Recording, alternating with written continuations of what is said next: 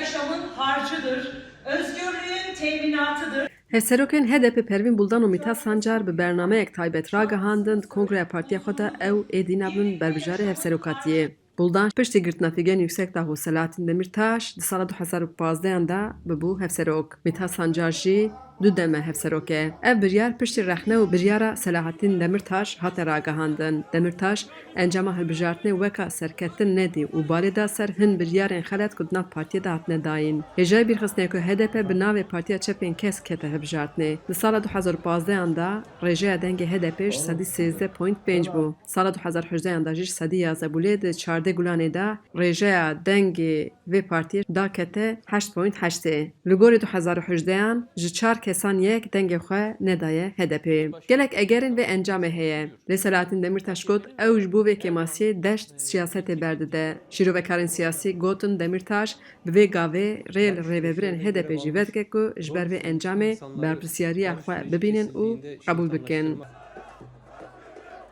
Hevserokê HDP yê Amedê Zeya Çeylan jî daxuya kirin ew bi sekna hevserokê xwe şanazin û divê ev ji bo hemîsazî û dezgehên demokratîk re bibe mînak. Ji ber wî yekê em hem sekna partiya xwe hem jî sekna hevserokê xwe teqdîr dikin. Wî berpirsyariya wan ew ê bibe sebeb ku her hevalê ku her hevalekî ji hêla xwe de her lijneyekî ji hêla xwe de her sazî û dezgehekî ji hêla xwe de encamên helbijartinê binirxîne.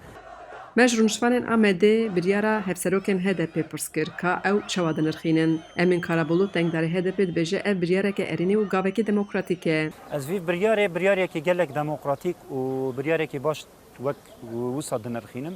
Çimkî di warê demokrasiyê de eger ku tiştekî bêkirin bi serfirazî nê ew kirin gera biryarên wisa bêgirtin. Ramazan Demir jî got ew jî erênî dibîne û ji bo avakirina xeta sêyem biryareka di cî daye. Lazım hêla demokratîk siyasetê de dîsa bernameyê xwe ava bike, rêxistinê xwe ava bike û bi gel re dîsa avakariyê xwe demokratîk siyasetê çê bike.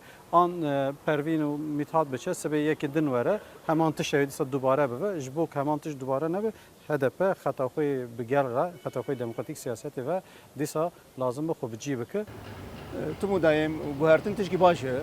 Çünkü herkes bu çakı hata xwe kabul dike. Li wê gorê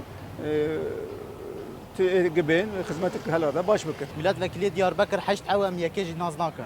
Em ê xelkê partiyê dikişa naz kin, ême kes me temsîl nake.